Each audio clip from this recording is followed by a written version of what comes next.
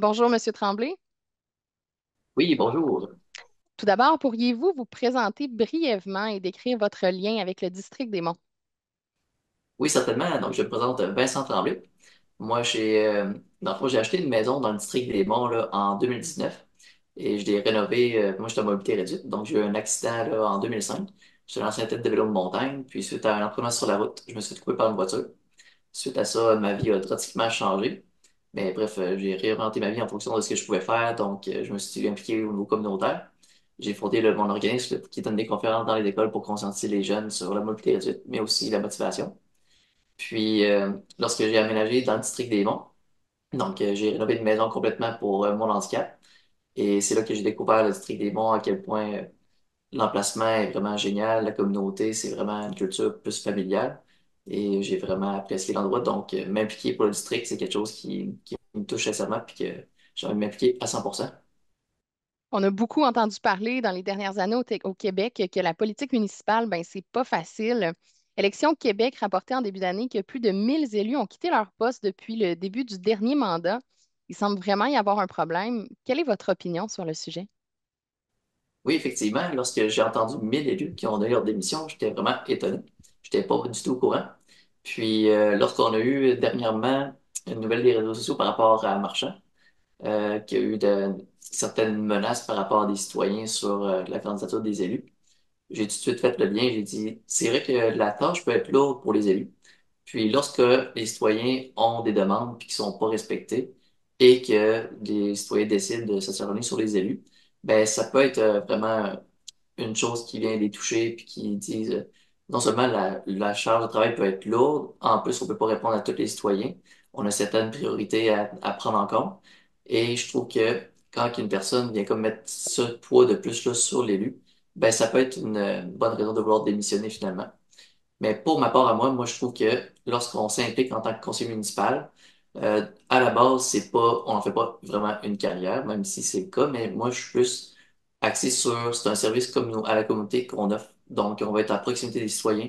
On veut les écouter, pouvoir répondre à leurs besoins dans la meilleure mesure du possible. Puis, pour ce faire, ben, il faut que les citoyens soient aussi conscients de l'enjeu que les élus vivent par rapport justement aux demandes des citoyens. Donc, c'est pour ça que je crois qu'avoir un budget municipal qui est transparent pour que les citoyens soient conscients de l'argent qu'on a pour pouvoir répondre à leurs besoins et les priorités qu'on doit faire avant de pouvoir répondre aux besoins des citoyens devrait être vraiment à, à profit des citoyens pour qu'ils puissent en prendre compte. Fait que je crois que c'est un peu mon opinion à ce sujet-là.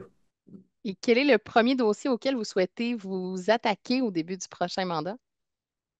Ben, écoutez, moi, je trouve ça vraiment ironique parce que c'est un accident de vélo sur la route et c'est arrivé dans mon district, à Notre-Dame-des-Laurentides. Quand j'ai fait mon porte-à-porte, j'ai tout de suite réalisé que l'enjeu que les familles ont, parce que de plus en plus, la population vieillit dans le district et c'est des petites familles qui s'installent. Ils ont des enfants, puis ça circule dans les rues. Et j'ai appris il y avait vraiment une culture familiale dans le temps, style jouer au hockey dans les rues, puis on aime ça. Les jeunes se promènent en vélo. Puis moi, qui faisais du vélo de montagne dans les rues, puis qui s'est fait couper par une voiture, je trouve que c'est un enjeu vraiment primordial que, comme Claude Villeneuve l'a dit, circuler en toute sécurité. Donc, dans mon premier mandat, j'aimerais vraiment m'attaquer à non seulement la réfraction des trottoirs, des corridors cyclables, mais aussi des rues. Parce que moi, en fauteuil, des fois, je me promène, puis je peux même pas passer sur le trottoir puis le corridor cyclable, que je passe dans la rue directement. Parce que la chaussée est trop endommagée. Et en plus, même les trottoirs, il faut que je passe des fois par le gazon. Donc, ça, c'est vraiment pas sécuritaire, je trouve, à mon avis. Fait que j'aimerais, dans le premier mandat, pouvoir vraiment m'impliquer à 100% sur la sécurité routière. Mais entre autres, au niveau des réparations des rues, on parle souvent que c'est long de réparer les rues, puis on comprend pas pourquoi que la Ville de Québec commence par réparer un coin de rue. Ils enlèvent toute l'asphalte, mettent des barreaux, ça dure de même pendant 3 semaines, puis on est comme, qu'est-ce qui se passe? Puis j'ai parlé un petit peu avec les citoyens, voir les enjeux à ce niveau-là. Puis moi, j'aimerais m'impliquer en tant que conseiller municipal pour vraiment faire en sorte que quand il y a des travaux qui se font, qu'on puisse les régler vraiment rapidement. Puis j'avais quelques pistes de solutions à ce propos-là. Mais bref, ça serait un de mes enjeux, moi, dans mon premier mandat. Et là, si vous aviez à définir ce qui fait l'ADN du district des Monts, comment vous l'expliqueriez?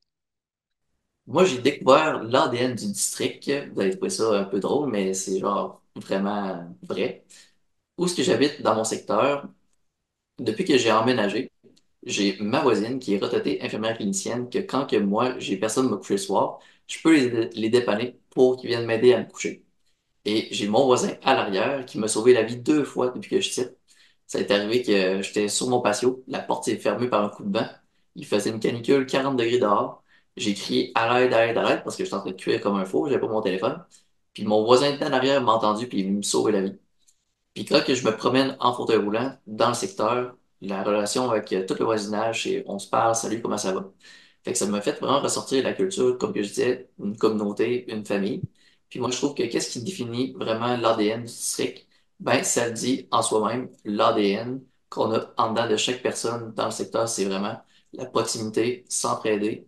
Puis moi, je crois que c'est ce qui définit vraiment le district. On veut trouver des solutions ensemble pour rendre ça encore plus communautaire, puis se rapprocher. Quelle est votre vision pour les prochaines années? En fait, à quoi ressemblerait le district des mondes de vos rêves, mettons dans une dizaine d'années? J'aimerais tellement ça que le district devienne l'exemple d'un quartier genre accessible, où c'est que l'accessibilité universelle est au cœur des décisions. Quand que je parle d'accessibilité universelle, je parle pas juste de mobilité réduite, je parle de simplement une famille que la femme est avec sa poussette, ou bien un aîné qui est avec sa canne puis qui veut aller à un commerce. À l'heure actuelle, en avant du Carrefour Charlebourg, il y a ou le Doolies, il y a quelques commerces qui sont créés. Il y a genre Vidéotron, PC en vrac. Puis tous ces petits commerces-là sont tous accessibles, puis c'est vraiment tout cute. Fait que moi, je dirais que dans la vision du district, développé dans cet axe-là, avec l'accessibilité universelle sur Henri Bourassa, ce serait vraiment génial. Puis, entre autres, je n'ai parlé dans mon porte-à-porte, ça serait tellement, ben, terme québécois un peu, mais tellement hot qu'on puisse avoir notre complexe sportif pour les jeunes. Parce que moi, je donne des conférences pour les écoles primaires, secondaires, cégep, université, dans le secteur du district. Puis quand je regarde les jeunes, puis que moi, je me mets à leur place, je me dis, qu'est-ce que les jeunes peuvent faire vraiment? On a des petits parcs, mais à part ça, il n'y a pas grand-chose. Puis on a tellement des belles zones vertes là, à exploiter. Je pense juste à l'usine d'épuration des eaux, c'est que on pourrait monter jusqu'en haut, puis il y a une belle vue, faire des sentiers pédestres accessibles, développer même des pistes de l'eau de montagne pour les jeunes.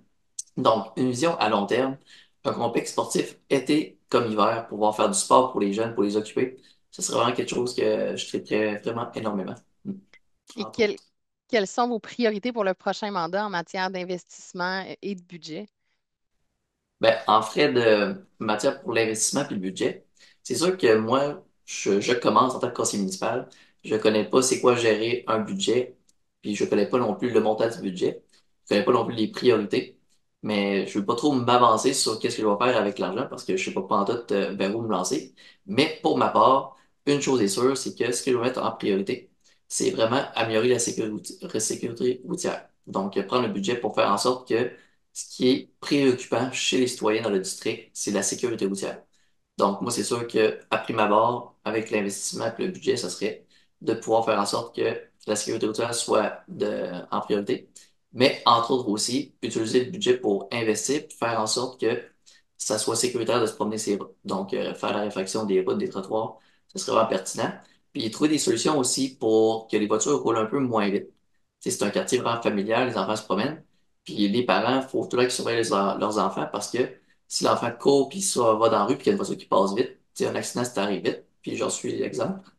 Un accident, ça arrive vite. Donc, pour ma part, là, les budgets, tout ça, c'est quelque chose que je vais mettre de l'avant, investir vraiment pour la sécurité, puis développer les commerces. Une chose que je trouve assez important dans les investissements, c'est de conserver nos services de proximité. Ça, c'est quelque chose que les citoyens aussi réclament. Faire comme un des voisins me dit, moi, je veux continuer de pouvoir aller chercher ma pinte de lait à pied. Donc, bref, conserver nos services de proximité, puis conserver aussi l'urbanisme de notre district. Donc, faire en sorte que s'il y a des développements au niveau des commerces, ben, que les petits commerces qu'on a, qu'ils soient pas tous achetés pour finalement être détruits puis faire juste des blocs appartements. Tu sais, oui, on en a besoin, mais conserver nos services de proximité, c'est quelque chose que je veux m'engager puis investir dans ça. Monsieur Tremblay, merci beaucoup d'avoir pris le temps de répondre à nos questions. C'est ce qui complète l'entrevue. Ben, merci beaucoup, ça fut un plaisir.